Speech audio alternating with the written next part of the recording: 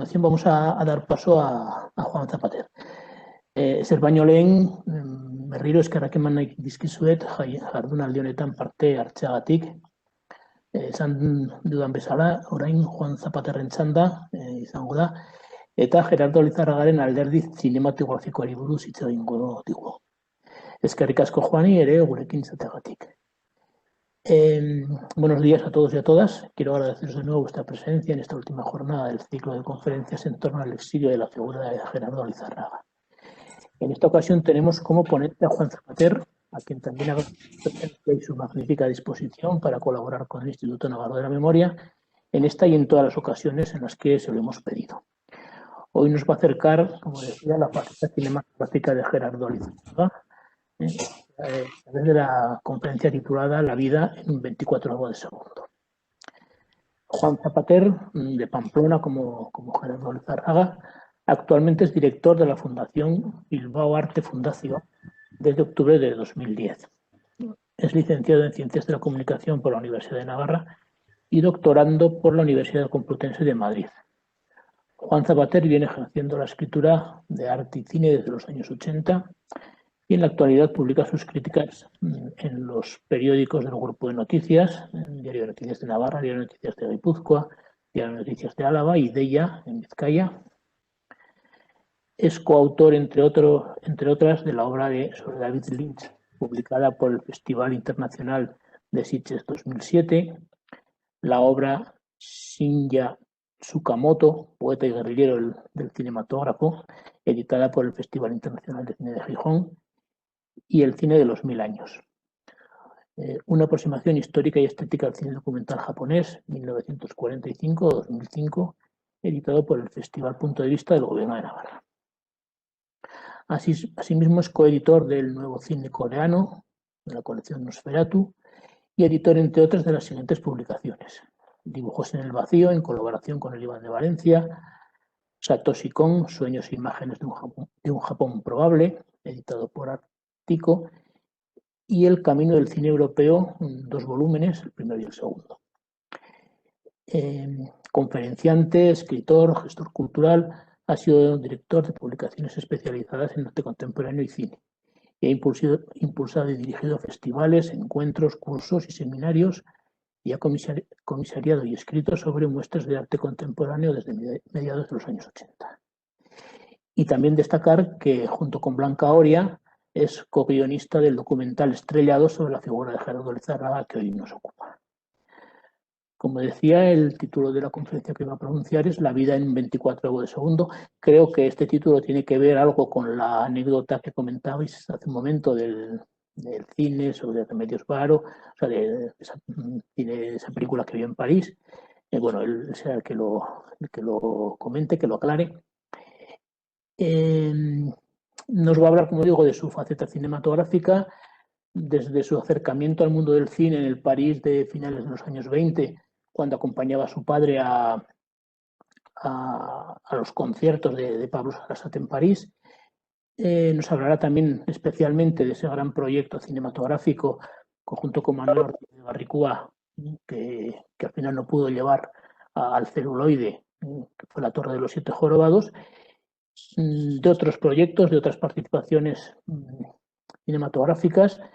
A la mención también a la película Don Do Re Mi Fa Sol La Si, de la que también ha mencionado Iñaki Urrizelki, y también finalizará, creo, hablándonos sobre su participación en esa película de la 20th Century Fox con grandes estrellas de Hollywood, que fue la película de fiesta. Bien, es el turno pues de Juan Zapater. Os dejo con él. Gracias.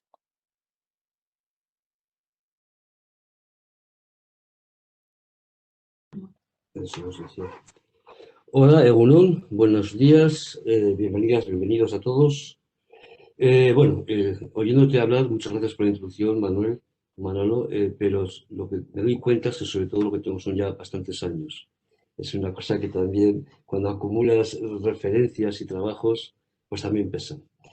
Efectivamente, aunque el título de la aportación que hago en el libro que saldrá de aquí a un mes, acompañando la exposición de Gerardo Lizarraga, es la vida en un 24avo de segundo. Para esta intervención he querido un poquito cambiar y apostillar o subtitular lo que llamo ensayo sobre las sombras. Y ahora explicaré por qué. Voy un poquito a tomar, para no perderme, para no, como llevamos tantos años, llevamos 10 años trabajando en torno a Gerardo Lizarraga, son muchísimas las cosas que quisiera contar, pero me voy a centrar en lo que creo que es esencial y sustancial. Empezaré diciendo que mi intervención en este espacio se me ha invitado a hablar sobre la relación entre Gerardo Lizarraga y el cine. En su mayor parte tendrá una naturaleza más especular. Otros compañeros y compañeras que aquí participan nos han desvelado reflejos notables e interesantes sobre la cuestión del exilio, sobre el contexto histórico, sobre el perfil artístico de Lizarraga a la luz de sus obras, maravillosa la introducción de Iñaki, y sobre la propia biografía intensamente emocional y profundamente íntima, destilada desde la proximidad de quien es su propio hijo. Muchas gracias, Javier, por estar siempre ahí y por estar siempre tan abierto a todos nosotros. Mi profundo agradecimiento a todos los que me han precedido.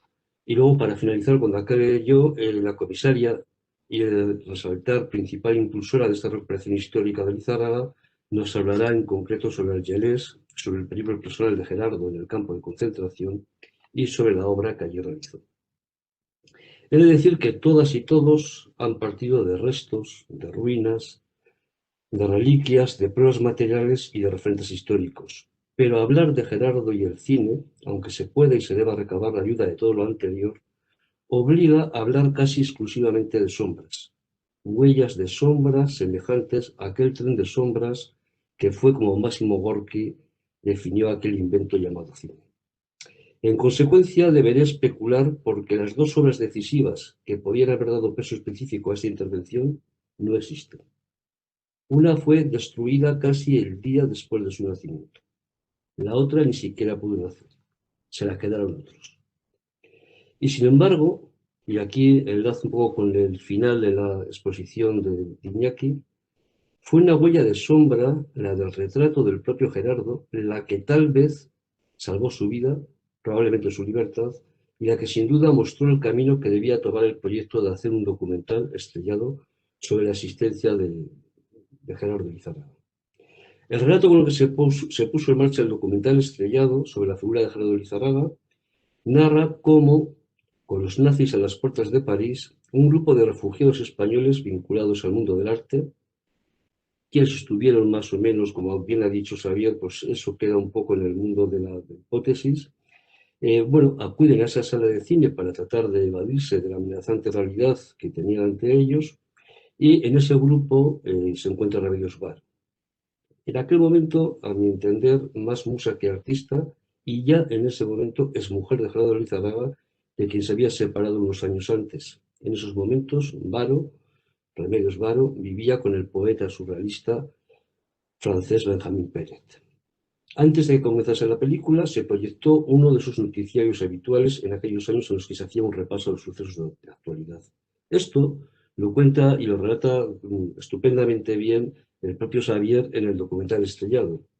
Pero bueno, el contexto, para que nos hagamos un poco la idea, es el siguiente. Grupo de exiliados españoles preocupados por la situación, sabedores de que la guerra civil había terminado tal como terminó, con un desastre absoluto. Y ante esa voz neutra donde daban noticia de cómo estaban viviendo en las condiciones lastimosas en las que se encontraban los refugiados, lo cuenta la propia Remedios, así lo contó a Xavier, y así ha quedado un poco en la historia de la leyenda, cuenta que entre aquellas imágenes de refugiados en aquellos campos reconoció la imagen de Gerardo Lizarraga. Y cuenta Xavier que en aquel momento Remedios Varo, que era una mujer de vehemencias evidentes, se levantó inmediatamente de la sala, atravesó el patio de butacas y fue directamente a la cabina de proyección, donde le pidió al proyeccionista que por favor le diesen un fotograma, un 24avo de segundo, pues 24 imágenes por segundo es lo que conformaba la existencia del cine, y cuando tiene constancia de que efectivamente aquella persona, Gerardo Lizarraga, se reencuentra con una persona con la que en aquel momento ni siquiera sabía si estaba vivo. Es decir, lógicamente las comunicaciones que existían en aquel momento eran muy dificultosas y la incertidumbre era absoluta. Esa idea, es decir, luego cada motivo un poco a la discusión, en compañía de Blanca fuimos a Perpiñán, donde se encuentra el archivo de los campos de concentración, intentando rastrear si era posible, porque lo que se cuenta, lo que se conjetura es que gracias a ese reencuentro pudo Remedios Varo tal vez intermediar para salir del campo. Hurgamos en cientos, miles de fichas intentando localizar esa posible, digamos, referencia a que Remedios Varo hubiese intervenido para salvar a Gerardo. No la encontramos y yo creo que no merece la pena que se encuentre. Ahí hay una película, me refiero, pues, porque creo que tiene mucho que ver, una historia inmortal de Orson Welles, donde intenta destruir una leyenda haciendo la verdad. Pues yo creo que es mejor no saber si fue verdad, sino que quede en el capítulo de la leyenda. Cabe imaginar que fue la intervención de Remedios. De cualquier manera sí que es cierto y que es evidente porque hay fotos que lo testimonian que años después, meses después, en Marsella coincidieron nuevamente Gerardo y Remedios. Luego, cada uno por su parte, partieron también junto al mismo destino. Pero bueno, para concentrar o para centrar, mejor dicho, la figura de Gerardo Lizarraga con el tema del cine, que entiendo que más que hechos tenemos ecos y tenemos sombras, el comienzo o las primeras, digamos, proximidades de Gerardo y el cine arrancaría al final de los años 20, cuando Gerardo ya también ha salido aquí sobre el papel, becado por la Diputación Foral de Navarra, tras finalizar los estudios en Madrid, decide ampliar sus estudios en París junto a Remedios Varo. Allí es cuando funda la Oficina Internacional de Publicidad y Edición y allí comienza a desarrollar una constante que va, digamos, a identificar la personalidad artística de Gerardo, que pese a que es un excelente pintor, su capacidad creativa, digamos, toca diferentes palos. Es una persona que se pone, y así lo hemos aprendido a través de todos estos años, siguiendo un poco su periplo, se pone al servicio de lo que haga falta y con una vocación, digamos, de apoyo a los demás auténticamente encomiable. En esos momentos comienza a trabajar en lo que son trabajos escenográficos y en la realización de murales. De hecho, sus primeras escenografías las hace en el año 1929 para la Fils d'Art, en cuyo caso probablemente, eso habría que comprobarlo, no hemos podido cotejar ese hecho, pero probablemente trabajó por la fecha y porque está referenciado así, para una de las películas de Julien Duvivier, que en aquel año rodó 3. En una de ellas, probablemente las escenografías, los fondos, fueron realizados por Gerardo Lizarraga. En ese país surrealista, Lizarraga alterna proyectos personales con encargos, carteles, murales, escenografías, como la realizada para el Ballet Español de Vicente Escudero o para la ya citada productora de Duvivier, y también asimismo participa en numerosos concursos, gana premios, toda esa amplia panoplia de actividad que abonan una trayectoria profesional que hace, gracias a la eficacia y a la gran calidad de su trabajo, por ejemplo, en el campo del diseño, es realmente también plausible que vuelva a Barcelona con el diseño de la Segunda República, donde Gerardo Lizarraga vuelve, digamos, a trabajar y poco a poco va tomando conciencia política y donde va a permanecer incluso durante la Guerra Civil, voluntariamente. Remedios Varo se vuelve a París, pero él no quiso quedarse, no así como otros compañeros de generación que efectivamente fueron a París, el propio Luis Buñuel. En el caso de Gerardo, asume el compromiso de permanecer fiel a su ideario republicano, a su ideología liberal y bueno, activamente va a trabajar durante la República y especialmente durante la Guerra Civil. En todo ese tiempo, el propio Gerardo, en su autocronología curricular, no hace ninguna otra mención a ninguna vinculación anterior al cine. Hay que esperar desde el año 29 al 37, al año en el que Lizarraga, siempre unidos a sus orígenes, va a realizar o va a organizar la escenografía y el vestuario de la ópera vasca Pedro Mari, Canción de Libertad, para ver que justamente en ese año, él así lo afirma en lo que nos dejó escrito, que funda la compañía de cine llamada Ediciones Antifascistas e Afines, que es un tipo de, digamos, de productora que va a ser sustancialmente activa durante los años 37 y 38 y que van a significar también, digamos, el comienzo de un proceso, digamos, de interés realmente notable entre Gerardo Lizarraga y el cine. Durante esos años, hasta prácticamente la salida de los campos de concentración, la vinculación, incluso la querencia artística de Gerardo Lizarraga evidencia una abierta disposición a trabajar en el mundo del cine. Ediciones antifascistas, como una nota a pie de página, deciros que, bueno, que fue una productora, una compañía productora creada en Barcelona que funcionó durante la Guerra Civil, que entre los años 37 y 38 produjo 16 documentales y algunas películas como Don Do, Re, Mi, Fa, Sol, La, Si, Do, de José Fogués, así como varios cortometrajes musicales. Entre otros, produjeron trabajos de directores como Albert Gasset y Nicolau, José Fogués, Justo Laval y Manuel Ordóñez de Barriecua, que va a ser un personaje que durante estos años va a tener una presencia muy próxima, muy cercana al hacer de Gerardo Lizarraga. En ese contexto bélico, junto a Manuel Ordóñez de Barriecua, comienza Gerardo Lizarraga a desarrollar, digamos, sus primeros trabajos realmente, digamos, directamente comprometidos con el mundo cinematográfico. De hecho, en esas aportaciones y bajo, digamos, el impulso de la CNT, se realiza una serie de cortometrajes y Lizarraga aparece, y además es comprobable, en al menos hemos podido rescatar tres cortometrajes, tres trabajos documentales titulados Hoy hace un año, Un periódico mural y Tejados hundidos. En un periódico mural no tenemos la legitimación, luego le pasaremos a Xavier, porque estamos convencidos de que sí. Hay un pequeño cameo, hay una aparición de un personaje que hace de profesor de escuela que entendemos que es el propio Gerardo.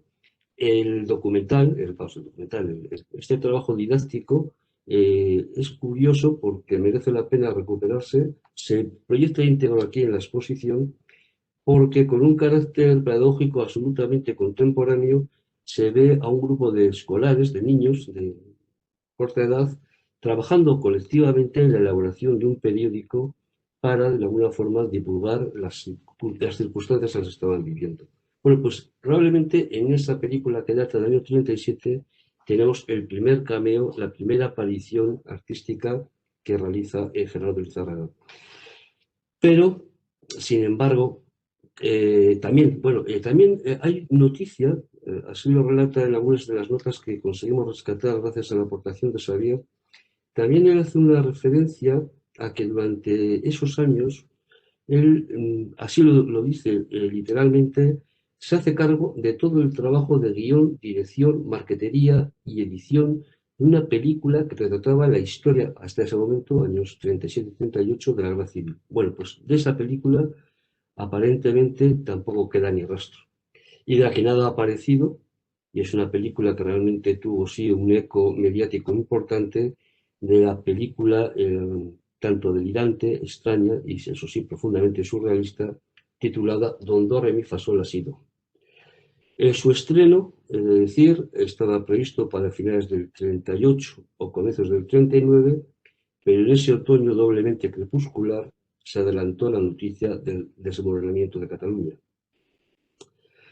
Hombre, como personas inquietas, curiosas, historiadores, lectores de textos, deberíamos preguntarnos qué había detrás de Don Do, Re, Mi, Fa, Sol, La, Si, Do. ¿Era de verdad tan extraordinaria y radical como afirman algunos sueltos periodísticos? Esa es una pregunta que probablemente jamás tendrá respuesta. Se saben algunas cosas del argumento porque Miguel Lluch, un director de cine español, autor entre otras, imagino que la mayoría de ustedes habrá visto la película Botón de Ancla, Botón de Ancla, Botón de Ancla, no sé si recordáis la película, del año 61, y con una trayectoria cinematográfica interesante, lo cuenta, relata y aporta un material realmente muy apreciable para el rescate de la vida de Gerardo, en una autobiografía que él escribió titulada Memorias de un viejo adolescente. La obra salió publicada, lamentablemente, 2 meses después de la muerte de Miguel Lluch, y bueno, y no perdimos la posibilidad de haber hablado con él de primera mano para haber ahondado en aquello. Sí he de decir que es un libro recomendable porque en Memorias de un hijo adolescente, una parte central, una parte, digamos, nuclear, está dedicada a Gerardo Lizarraga, porque de alguna forma entendemos que ejerció una especie de tutela paternal, fue un poco el tutor, fue un poco el maestro, y marcó realmente de manera muy decisiva la imagen y el imaginario y la forma de ser de Miguel Lluch, con quien mantuvo incluso relación epistolar acabada la guerra civil, desde México Gerardo y ya en Madrid Miguel Lluch.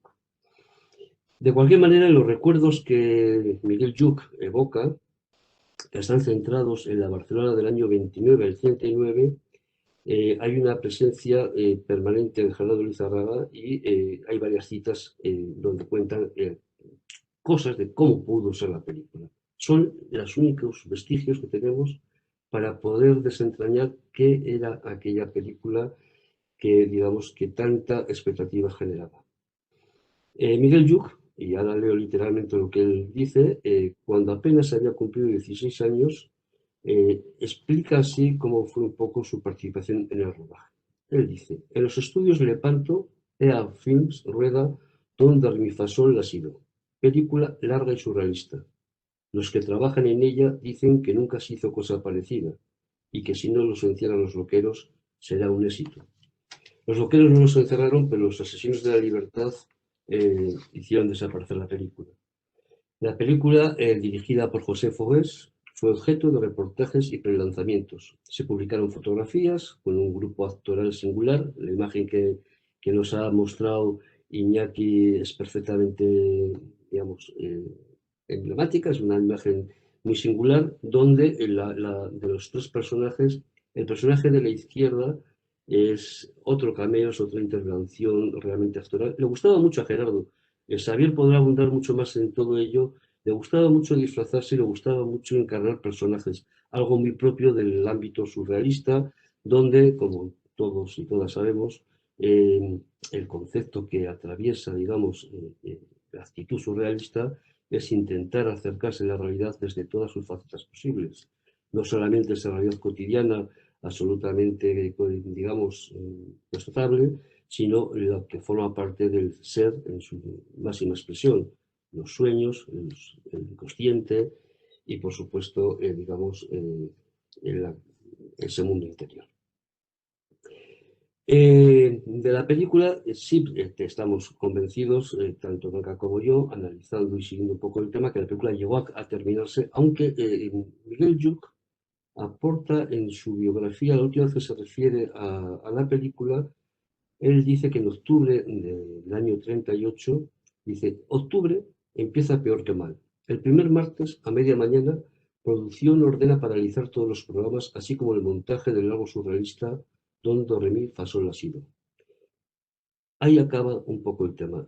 Él describe cómo en el equipo se produce pues, una reacción absolutamente negativa, como todo el mundo está desanimado, pero sí que parece que la película llegó a acabarse y llegó a tener, digamos, por lo menos una pequeña presentación, porque en IMDb, que digamos es la base de datos más importante del mundo, donde prácticamente no hay película que no esté recogida, sí que hay una ficha abierta bueno, y exactamente se dice que dura 70 minutos, que fue rodada en el año 38 en blanco y negro, que fue producida por Ediciones EA Films, Ediciones Antifascistas, en un formato 1.37.1, en sonido monaural, y que fue dirigida por José Fogués. Eso es todo lo que queda. Solamente eso y una gacetilla de la época que lo definió como un desconcertante film, al tiempo que señalaba lo siguiente. Será el film de los niños, de las inteligencias despiertas sin telarañas de prevenciones literarias. Don Do Re Mi no es cine viejo ni es de cine nuevo. Don Do Re Mi es la línea divisoria entre lo uno y lo otro.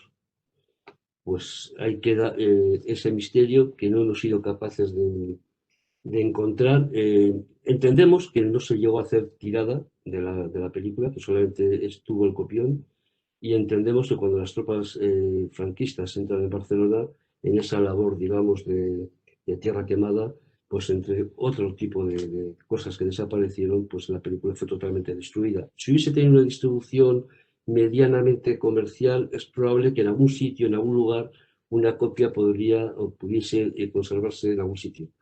No tenemos noticia de que se hiciese ningún estreno, con lo cual lo evidente parece ser es que jamás tendremos noticia de esa película.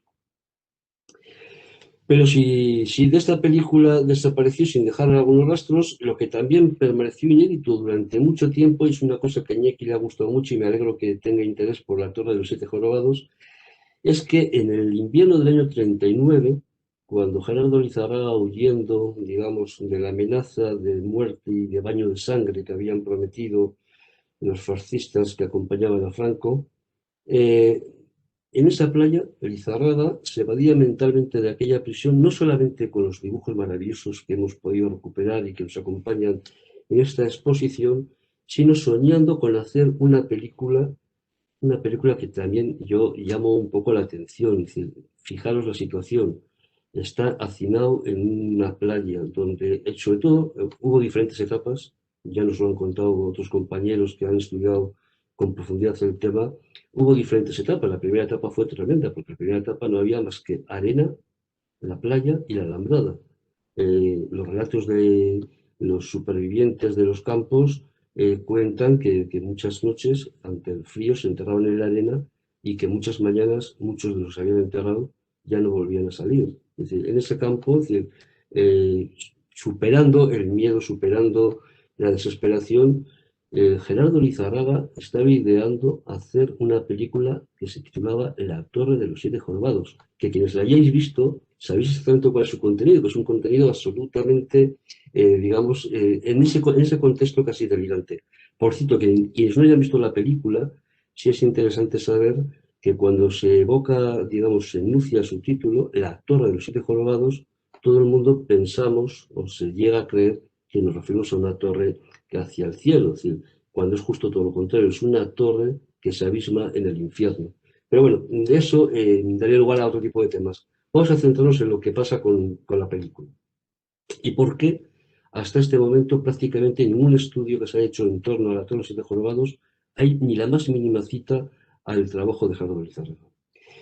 La cuestión es que en el año 38, es decir, poco antes de la huida o de la retirada, Gerardo Lizarraga y Manuel Ordóñez de Barraicúa habían unido su suerte al popular texto de Emilio Carrer, La Torre de los Siete Jorobados. En el cronograma de la vida que Gerardo Lizarraga escribió a máquina cuando tenía ya más de 70 años, él afirma de sí mismo lo siguiente.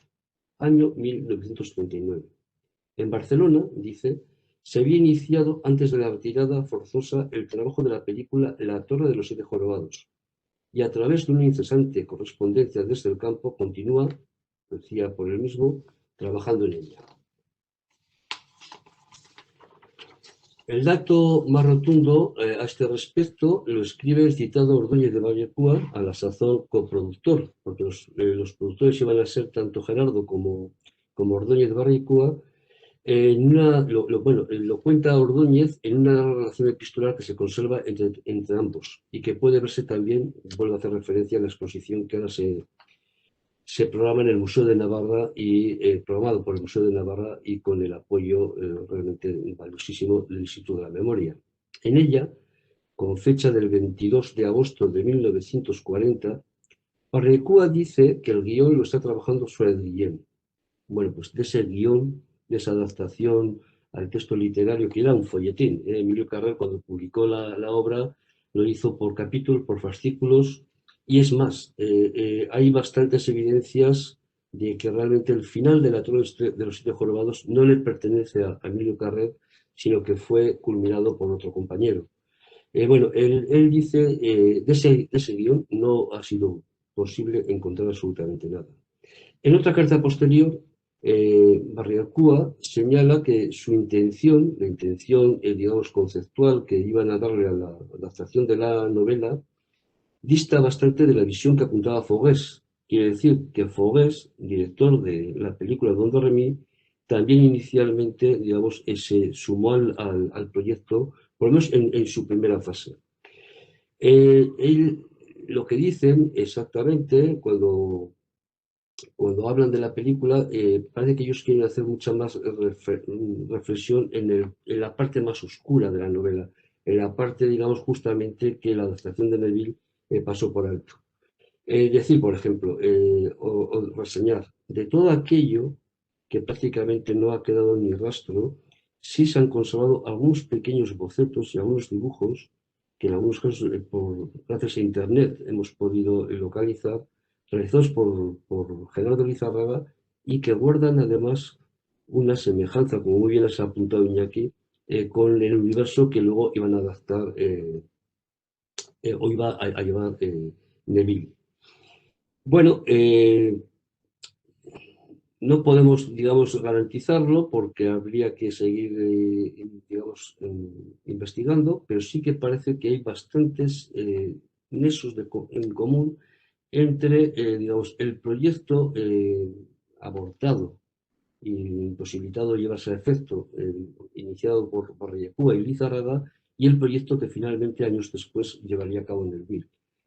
Porque analizar qué personas trabajan en las películas, más allá de la dirección, que la dirección en el caso de Neville fue prácticamente una dirección política impuesta por el régimen para garantizar que la visión que se daba de la Torre de los Siete Jorobados no fuese perturbadora.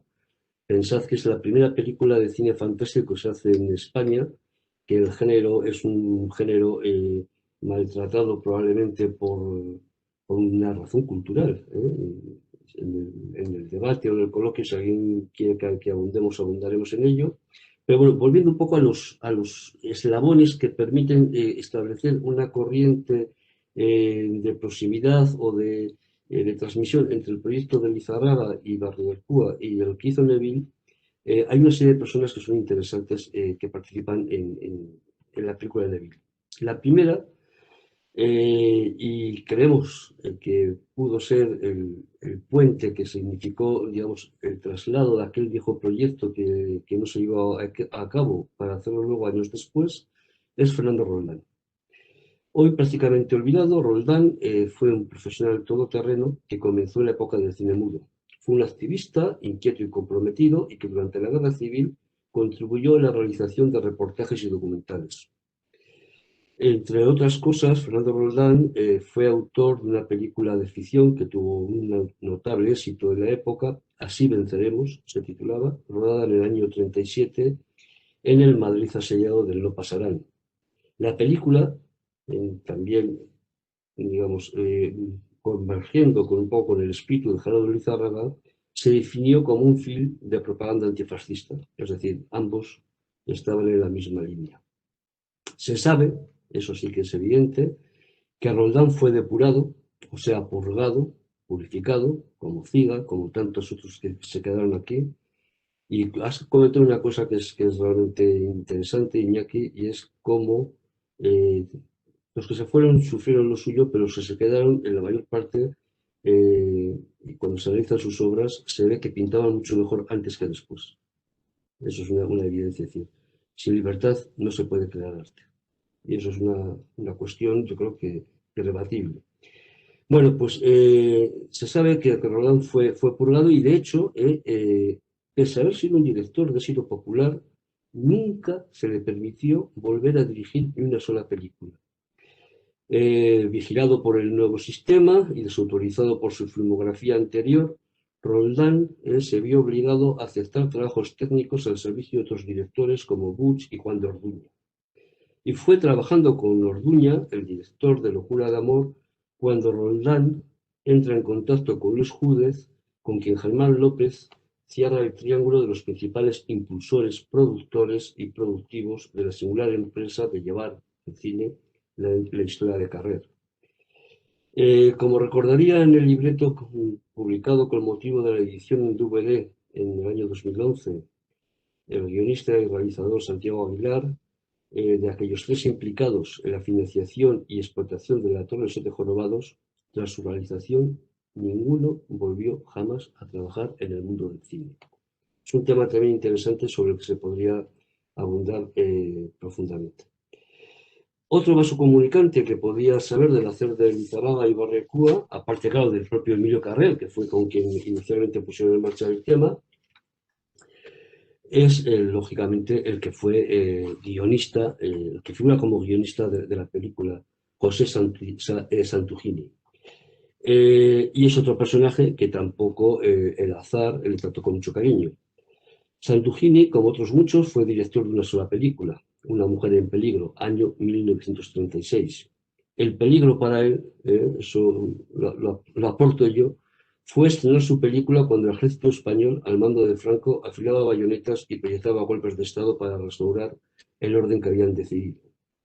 Curiosamente, el Santugini fue el periodista que en el año 35, en una revista de cinegramas, en un diálogo con el autor, con Emilio Carrés, sobre los 7 jorobados, las 7 jorobados, recogía, plasmaba el deseo, la voluntad de Carrés de convertir, llevar al cine aquella película, su folletín que había escrito en el año 1918, publicado, recuerdo, en las páginas de La Nación, y en cuya entrevista Carrere hacía además eco de que hubiera sido la primera película de fantasía que se llevaba en el cine español. Lógicamente, el horizonte hacia el que ellos miraban tenía mucho que ver con el mundo del expresionismo alemán, es decir, precedentes que hay que citar, pues películas como El gabinete del doctor Caligari, y sobre todo por el contenido argumental, pues el doctor Mabuse no, yo creo que es la referencia más directa.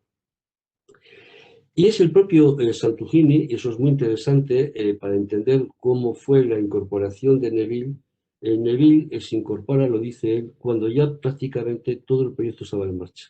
Es decir, cabe pensar que la presencia de Neville fue más una presencia de comisario político, que lo que se le encomendó fue que la película se ajustase, digamos, a las nuevas directrices del régimen, y que lo que hizo fue simplemente, bueno, pues rodear y hacer que aquello funcionase de forma más o menos correcta. De hecho, los que habéis visto la película, quienes hayan visto la película, yo creo que coincidiremos en la apreciación de que es evidente que Neville se siente mucho más cómodo cuando rueda las escenas de vodevil, cuando la película habla de ese mundo pícaro, de sensualidad, de ese mundo, digamos, de lo que pasa detrás de los camerinos, esa especie, digamos, de comercio sexual también, y que cuando tiene que adentrarse en el mundo del subconsciente, en el mundo, digamos, subterráneo que plantea la torre.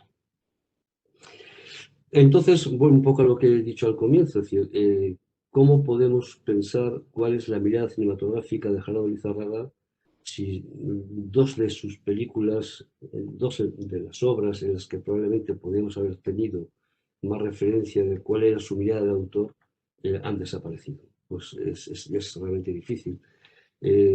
Sí, yo quiero subrayar que es evidente que el Lizarraga, porque lógicamente la vida de un ser humano no permanece inalterable, aunque su universo personal sea siempre el mismo, sí que es ese cine que Lizarraga trató de hacer en ese periodo de años que van del 36-37 al 40 y poco. Era una mirada profundamente surrealista. Era una mirada que se corresponde un poco a lo que aquí ocupa la parte central de esta recuperación del personaje de Gerardo y de su obra, que son los dibujos surrealistas, en su mayor parte realizados durante la época de Argeles. Bueno, volver un poco a lo que fue lo que vino a continuación. No es la última cosa que hace, porque sí es verdad que al comienzo del año 41, Lizarraga, que no solamente ya había salido de los campos, sino que en su cabeza seguía habitando proyectos, es realmente pasmoso ver cómo en esas circunstancias Gerardo combatía la desesperación a fuerza de creatividad y de proyectos. Es decir, en un momento como el actual, donde estamos angustiados con una pandemia que nos tiene a todo el mundo entristecido, ver, por ejemplo, el ejemplo de Gerardo, superando todas las dificultades y proyectando, digamos, empresas incluso disparatadas, pues yo creo que es un ejemplo y es un regalo que debemos de celebrar y que nos llega también con motivo de esta exposición. Bueno, ya he comentado antes que salió de los campos, se encontró con Remedios. Sí que es evidente que en esa época trabajó mucho y vendió bastante. Es decir, la supervivencia que consigue Gerardo durante los años de semilibertad o libertad amenazada, porque los nazis poco a poco ya se iban acercando a Marsella, él tiene una actividad realmente importante.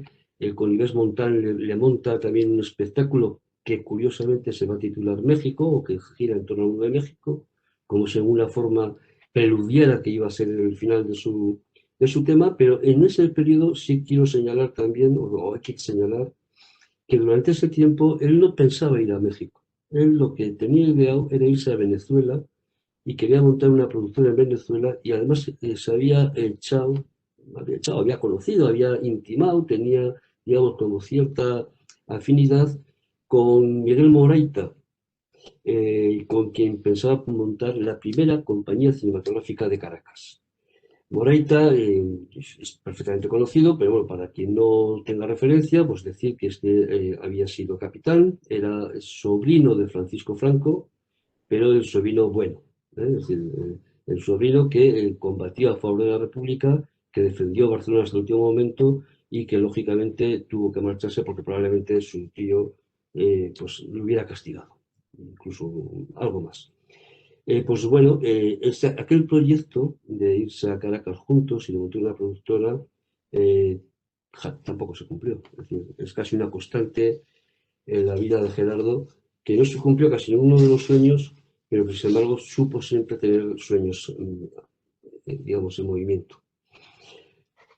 Sí que Moreira, que aquí prácticamente es muy poco conocido como cineasta, he de señalar que él sí que cumplió su sueño, no en Caracas, sino en México DF, donde fue uno de los cineastas más activos, hasta 74 largometrajes se le atribuyen, y murió además relativamente hace muy poquito y casi centenario, es decir, que su vida fue en ese sentido plena. Por cierto, cuando era joven guardaba un lamentable parecido con Francisco Franco. Físicamente me refiero. Bueno, ¿qué hace Gerardo Lizarraga? Bueno, Gerardo Lizarraga sabemos que viene, bueno, que va a México y ya los sueños cinematográficos, los sueños de trabajar en el cine, pues se le escapan. Primero porque, a ver, sobre todo en aquellos años, en este tiempo actual, hacer cine prácticamente y afortunadamente se ha convertido casi en un acto, digamos, de voluntad personal, pero en la época en la que hablamos, montar una producción cinematográfica, los costos económicos eran muy elevados, es decir, no estaban al alcance de cualquiera.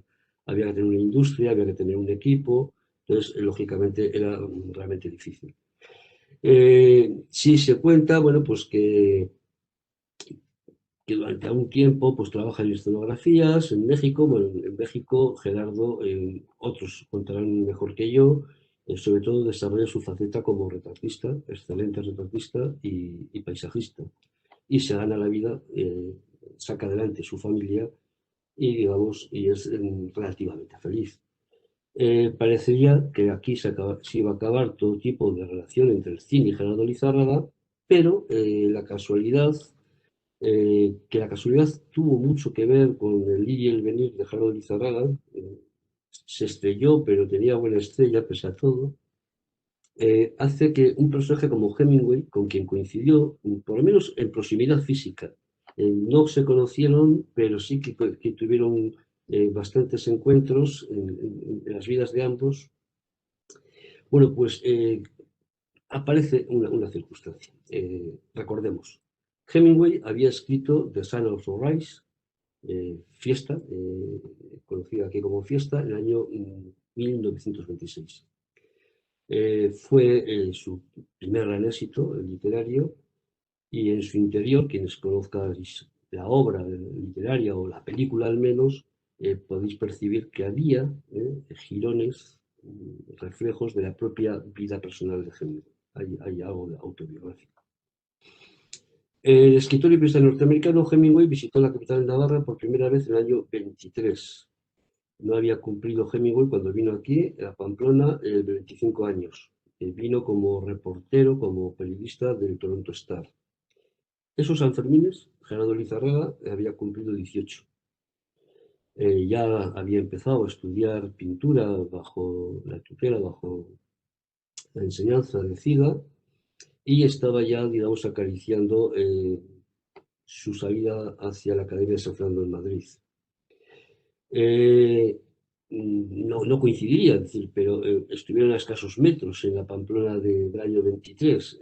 Bueno, pues esa historia, la novela, los iba a encontrar pues, en el año 57, casi 30 años después, y además iba a servir para una especie de acción de justicia poética con el que nosotros hemos querido hacer una lectura positiva y por lo menos reparadora de lo que fue la vinculación entre Gerardo Lizarraga y el cine.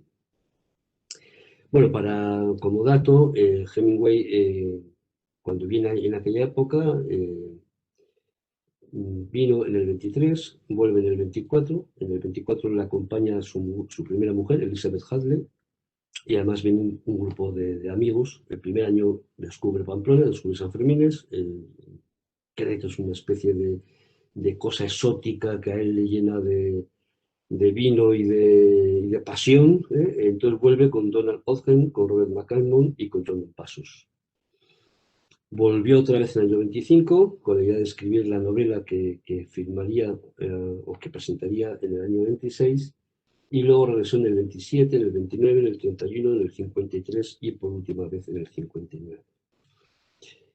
La adaptación de llevar la novela al cine, como pueden suponer, bueno, sobre todo en una época donde el cine se nutría de argumentos literarios, era una historia, digamos, una historia contada desde prácticamente la edición de la novela. Es decir, de hecho, en la novela se firmó los derechos para llevarla al cine en los años 20, al final de los 20, es decir, poquito después de su presentación. Una curiosidad. Los derechos de adaptación de la novela nunca fueron para Hemingway, porque se había separado de su primera esposa, la que hemos citado, con la que vino, Elizabeth Harley, y en el acuerdo matrimonial de separación, los derechos de adaptación de la novela se los quedó ella. Quien vendió los derechos fue su esposa. Al efecto de esto. Entre entre los nombres que sonaron como posibles directores, quien más posibilidad tuvo de llevar la película era un director que probablemente hubiera hecho algo más interesante que lo que acabó haciendo Henry King, fue Howard Hawks. Él estuvo, digamos, durante bastante tiempo rondando con la idea de llevarlo al cine. El caso es que por circunstancias diversas, entre otras cosas porque sobrevino una Segunda Guerra Mundial, porque se interrumpió la normalidad, la película se fue aplazando hasta que en el año 1954 Hemingway recibe el Premio Nobel de Literatura. Lógicamente, antes como ahora, ese tipo de eventos propicia la ambición, la avaricia y el oportunismo. Es decir, el momento de sacar la película, algún productor pensó, era aquel. Ahora que Hemingway tiene el Nobel, todo el mundo habla de Hemingway, pues hay que hacer la película.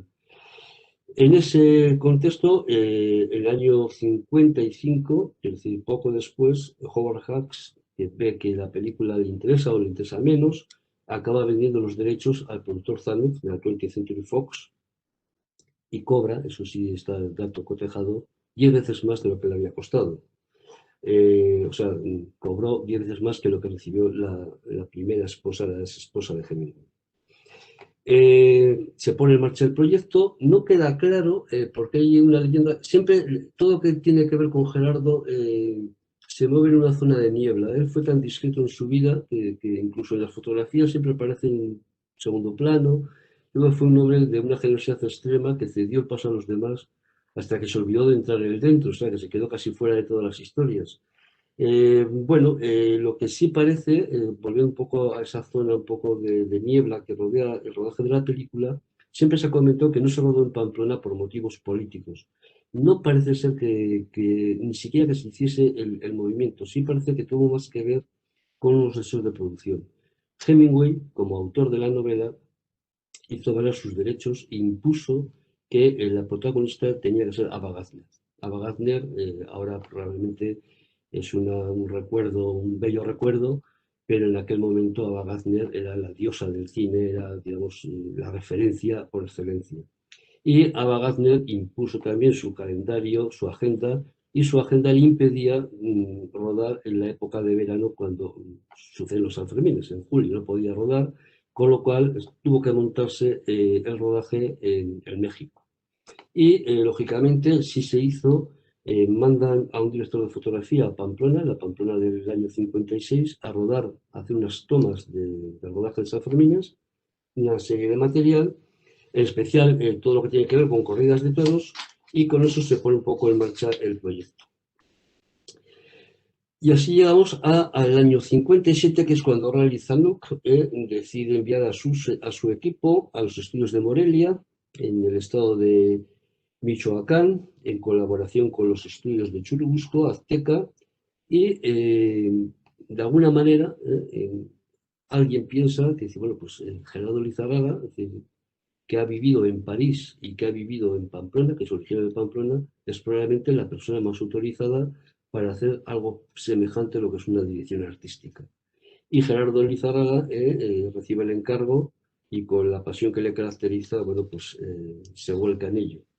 Entre las múltiples anécdotas que Xavier puede contar y que efectivamente, digamos, es así, que se han contrastado y que son absolutamente reales, entre el material de atrezo, entre el material, digamos, un poco pintoresco para falsear esa realidad, de convertir Moralia o convertir México en la Pamplona de la época, reciben el cartel que hemos visto en la imagen del año 1930, con el que de alguna forma Gerardo Lizarraga recibe la sanción, la legitimación de artista emergente de la época navarro. Es decir, que la ciudad, cuando daba esa especie de encargo honorífico, lo que hacía era sancionar, legitimar, poner o reconocer la valía del artista de la época.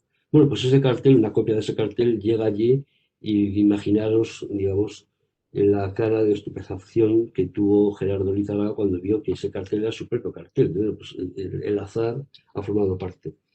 Hay decenas digamos, de casualidades que podemos hablar, pero bueno, simplemente para ya terminar, dos cuestiones referiré. Se usaba bastante material y es curioso que Gerardo Lizarraga podía haberse fotografiado pues, con Tyrone Power, con Errol Flynn o con Ava Gardner. En aquel momento era un símbolo y cualquiera que hubiese estado cerca del rodaje lo hubiera aprovechado. No, las fotos que tenemos de Gerardo Lizarraga son con Robert Evans, que Robert Evans en aquel momento era prácticamente un personaje desconocido. Y no solamente desconocido, sino que además fue motivo de un conflicto importante entre Zanuck, el productor, y entre Hemingway y Ava Gardner, que no lo soportaban. No, fue una imposición del productor. Hasta el punto que Hemingway y Ava Gardner pidieron su cabeza. Y Zanuck, que era el productor, dijo que él era el torero el que tenía que hacer el personaje por encima de todo. Pues con ese personaje maltratado, es decir, fue con el que Gerardo le ayudó, ilustró la cartelería que sale en la película, son carteles donde el rostro, el modelo, es Robert Evans, incluso le enseñó las pocas poses toreras taurinas que podía saber o tener este actor en aquel momento, pero luego productor en México. Decir que a instancias, a consecuencia de esta película, lamentablemente Rolf Flynn y Tyrone Power fallecieron muy poquito después y que Robert Evans, yo creo que acabó tan harto del rodaje y visto lo visto, decidió hacerse productor y que gracias a Robert Evans, por ejemplo, películas como El Padrino 1 y 2 de Coppola, La Conversación, La Semilla del Diablo, Chinatown, son películas hechas por este personaje que cuando aquí la gente ve las fotografías es alguien anónimo, ¿no? Pues es uno de los mejores productores de la historia de Hollywood. Bueno, Y ya para finalizar, es una cosa que sobre todo en el documental estrellado quisimos utilizar, porque nos parecía que era un buen colofón y porque parecía que también era un gesto de justicia poética. Decir que en el rodaje era habitual en un hombre tan participativo y tan colaborativo como Gerardo Lizarraga, en un momento determinado, al parecer, Gerardo le pide a Henry King un favor. Le dice que quiere hacer un pequeño cameo en la película. Y ese cameo consiste simplemente en transmutarse como el pintor parisino que en la época, porque además en la época él coincidió también, en la época en que la película se ambienta, él prácticamente también estaba en París y también estaba junto con Hemingway, y es una secuencia que de alguna manera, digamos, nos hace o da lugar a proponer una pequeña reflexión. La película fue bastante criticada, no tuvo muy buena acogida, la película tiene muchas deficiencias, sí conserva un poquito el interés de la novela, pero sí destacábamos nosotros, y con eso concluía un poco el documental, y aquí aprovecho para culminar también mi presentación, que en medio de aquella parafernalia de impostores haciendo creer que aquel escenario donde el público, pues evidentemente no era pamplonés, sino que era mexicano, como era lo que había, aquellos toros en miniatura que nada correspondían al ganado que habitualmente se corre en la calle Estafeta, la única persona que realmente era auténtica y estaba allí de verdad era Gerardo Lizarraga, en medio, digamos, de una impostura. Eh, Después de esa película, nosotros al menos, hasta este documental, donde hemos vuelto a recuperar a Gerardo Lizarraga como actor principal, como principal personaje, no hemos tenido noticia de que entre Gerardo Lizarraga y el cine hubiera habido mayor relación. Esto es todo y estoy abierto a las preguntas que queráis. Bien, gracias, Juan. Teniendo en cuenta que vamos un poquito justos de tiempo, quizás daremos paso ahora a Blanca para que haga su exposición y al final será cuando aprovechemos pues, para hacer un debate tanto sobre lo que tú has tratado, Juan, como sobre lo que trate Blanca e incluso bueno, sobre otras cuestiones relacionadas con Gerardo Lizarraga.